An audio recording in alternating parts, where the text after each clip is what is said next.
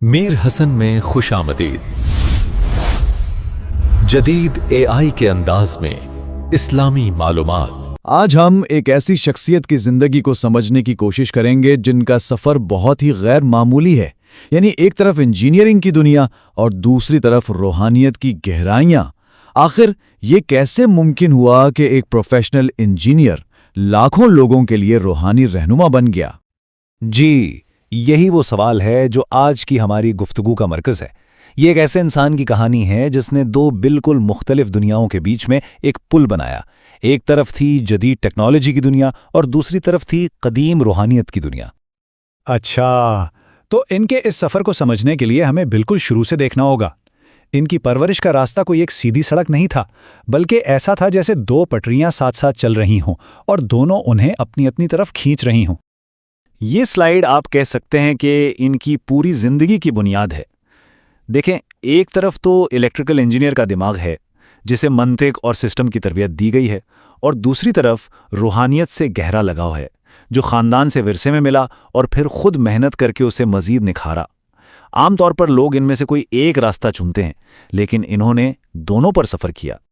اور بات صرف کتابوں تک ہی نہیں تھی، ان کی جوانی مختلف سرگرمیوں سے بھری ہوئی تھی، جمناسٹکس کے نظم و ضبط سے لے کر کرکٹ کی حکمت عملی تک۔ اس سے ایک ایسے شخص کی تصویر بنتی ہے جو صرف پڑھنے لکھنے والا عالم ہی نہیں بلکہ عملی میدان کا کھلاڑی بھی تھا۔ ایک ایسی شخصیت جو جسمانی اور ذہنی دونوں جہانوں میں ایک ساتھ جی رہی تھی۔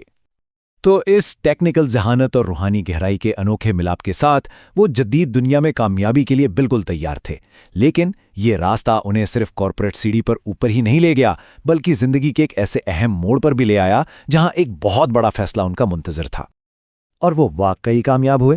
انہوں نے کارپوریٹ دنیا میں خوب ترقی کی اور جنرل مینیجر کے عہدے تک پہنچ گئے۔ مطلب دنیاوی کامیابی کے کسی بھی پیمانے سے دیکھیں تو وہ اپنی منزل پر پہنچ چکے تھے۔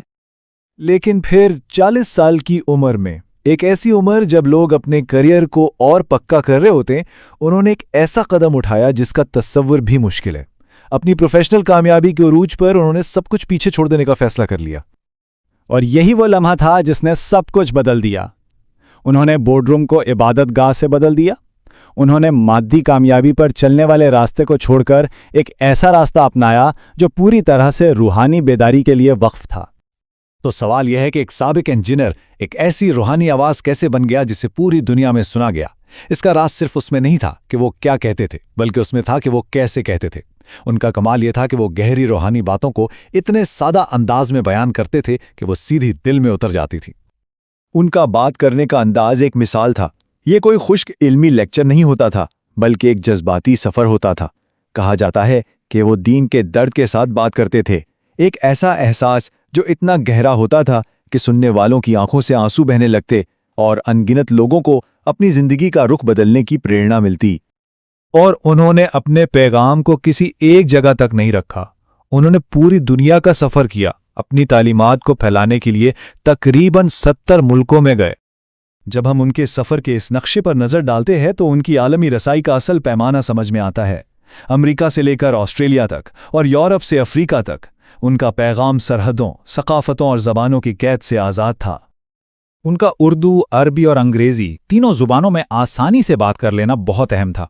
یہ صرف ترجمہ نہیں تھا، بلکہ وہ مختلف معاشروں کے ساتھ ثقافتی اور جذباتی سطح پر جڑ سکتے تھے، جس سے ان کا پیغام ہر جگہ کے لیے ریلیونٹ ہو جاتا تھا۔ لیکن ان کا اثر صرف ان کی تقاریر تک ہی نہیں رہا۔ انہوں نے اپنی تعلیمات کو زندہ رکھنے اور آگے بڑھانے کے لیے باقاعدہ ادارے قائم کیے۔ یہ ٹائم لائن ان کے ویژن کو عملی شکل میں دکھاتی ہے۔ وہ صرف آج کے لیے کام نہیں کر رہے تھے، بلکہ ایک ایسی میراث چھوڑ رہے تھے جو ہمیشہ قائم رہے۔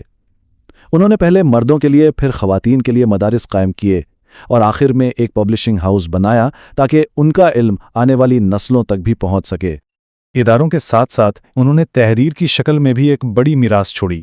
وہ بہت لکھنے والے مصنف تھے اور ان کی کتابیں ان کی زندگی کے مرکزی موضوعات کے گرد گھومتی تھیں: خدا کی محبت، روحانی رہنمائی اور اخلاقی زندگی۔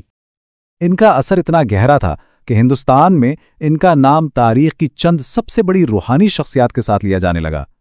یہ کوئی چھوٹی بات نہیں ہے۔ یہ موازنہ اس لیے کیا گیا کیونکہ ان کی طرح انہوں نے بھی ان گنت لوگوں کی زندگیوں کو جڑ سے بدل دیا تھا۔ تو آخر میں یہی ان کی سب سے منفرد میراث ہے۔ وہ ایک پل تھے، ایک ایسے شخص جو انجینئرنگ اور مینجمنٹ کی زبان بھی سمجھتے تھے، اور اسی نظم و ضبط کو استعمال کر کے لاکھوں لوگوں کو ایک گہری روایتی روحانی راہ پر لے کر گئے۔ ان کی کہانی ہمارے دور کے لیے ایک بہت اہم سوال چھوڑ جاتی ہے۔ آج کی اس دنیا میں جہاں ہر طرف معلومات کا سیلاب ہے، ان جیسی شخصیت کا ابھرنا ہمیں ذاتی اور روحانی رہنمائی کے لیے ہماری گہری انسانی ضرورت کے بارے میں کیا سکھاتا ہے؟